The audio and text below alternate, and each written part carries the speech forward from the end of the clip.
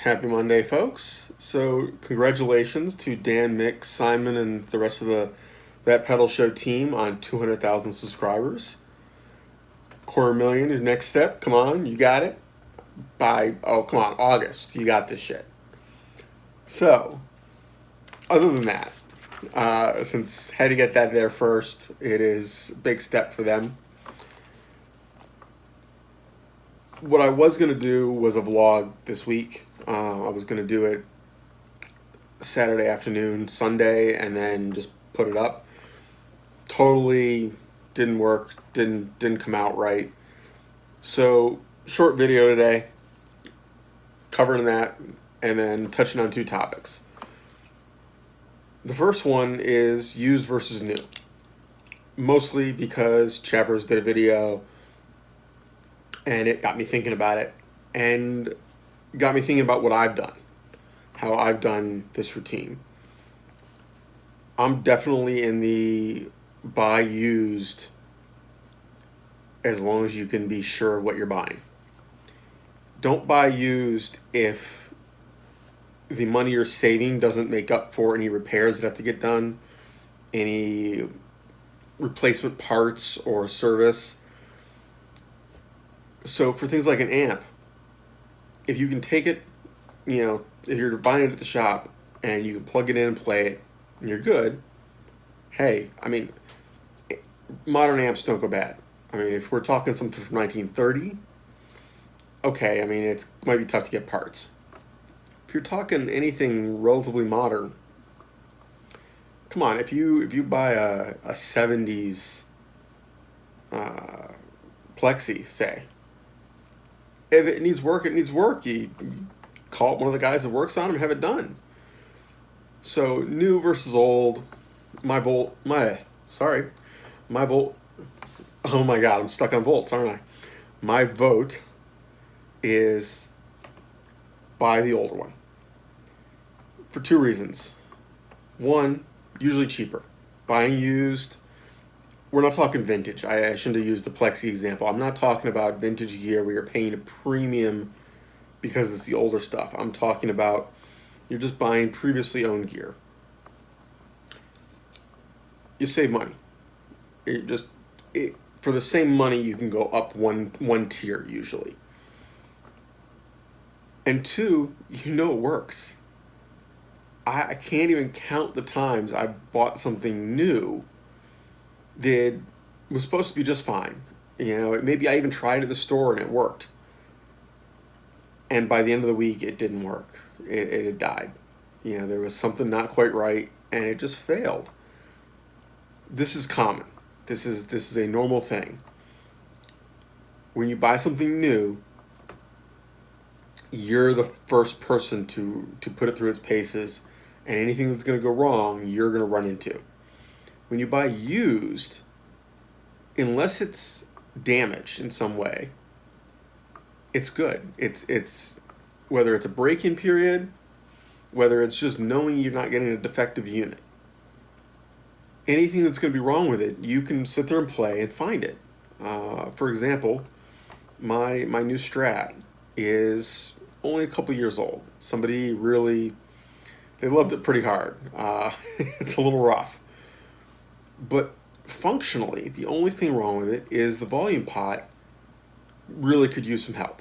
I'm going to spray it out. If that doesn't work, I replace it. But I saved enough money over buying it new to make it doable. I can't afford that guitar new. It's just not realistic. Used, it was only a little more than the Mexican one. Why not? It's a much better instrument. Now, does it sound that much better? No. Is there anything horribly wrong with the Mexican ones? No.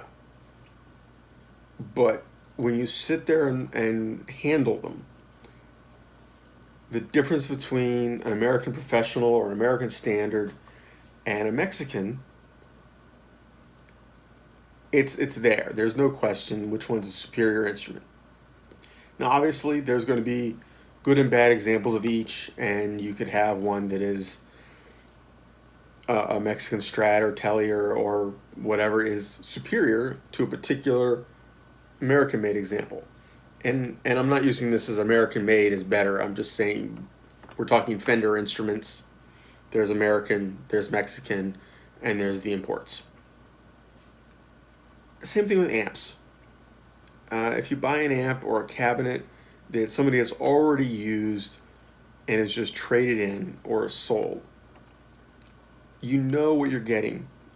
You're not going to be going, oh, well, a week from now, that defective power supply is going to blow, and I'm going to be stuck. Now, do I return it? Do I get it serviced? What? It's not likely. If you turn on and use a used amp and everything works, odds are good you're fine. I mean, obviously, they do still die eventually. Tubes wear out, transistors die, whatever. But it's not as common. It's not as likely to be an immediate problem. So, personally, and there's different takes on this, I say go used. If your budget allows X amount of dollars, I think that shopping used will get you more. Now, here's the catch. You have to know what you're looking at. You have to be able to try it out and make an informed decision. You have to be patient because the used market, you're not going to have the easy number of examples that you do new. If you walk into most stores, they've got more new inventory than old. But if you buy a used instrument and you're not happy with it, you can probably get most of your money back, right? If you buy something on Reverb and you don't like it, sell it. You'll get most of your money back, if not all of it. But for somebody who's brand new, somebody who's just starting out, go to the local shop and pick something new. Pick something that, if there's anything wrong with it, you can return it or they will fix it for free. It's not your fault. It's not your problem. You're covered. And this is basically to simplify your life. Now, keep that guitar until after you're sure of whatever you get next. So, for example, you buy a Squire or even a lower range Chapman or anything in that ballpark. $550, $600 and under. You're not quite at Mexican Fender stuff yet. And you like it, there's nothing wrong with it, you're enjoying that guitar, you're learning. Now go try out all the used stuff. Just everything. If it has any appeal to you whatsoever, try it. And when one speaks to you, buy it. That's the one.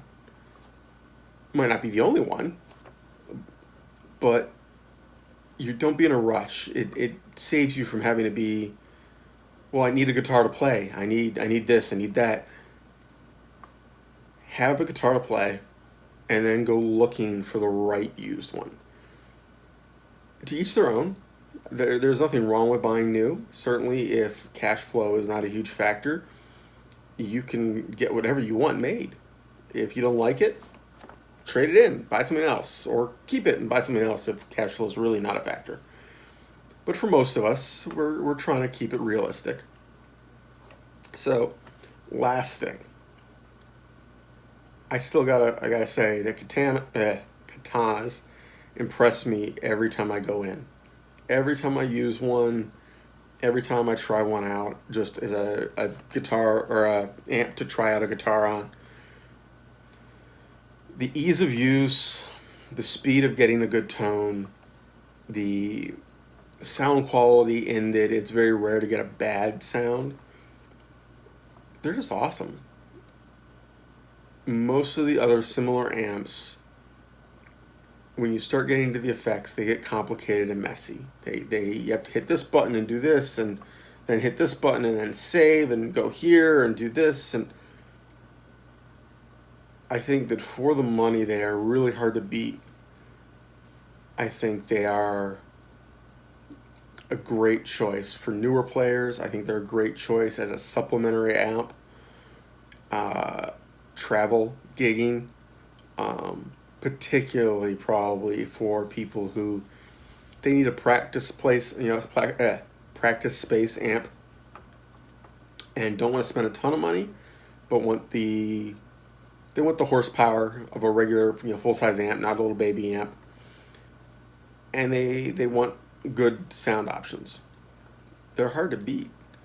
So anyway, that is it. Congratulations again, guys. 200,000 subscribers. That is freaking awesome. Good luck with the 250,000. Can't wait to see it. Take care, keep playing, and have fun all.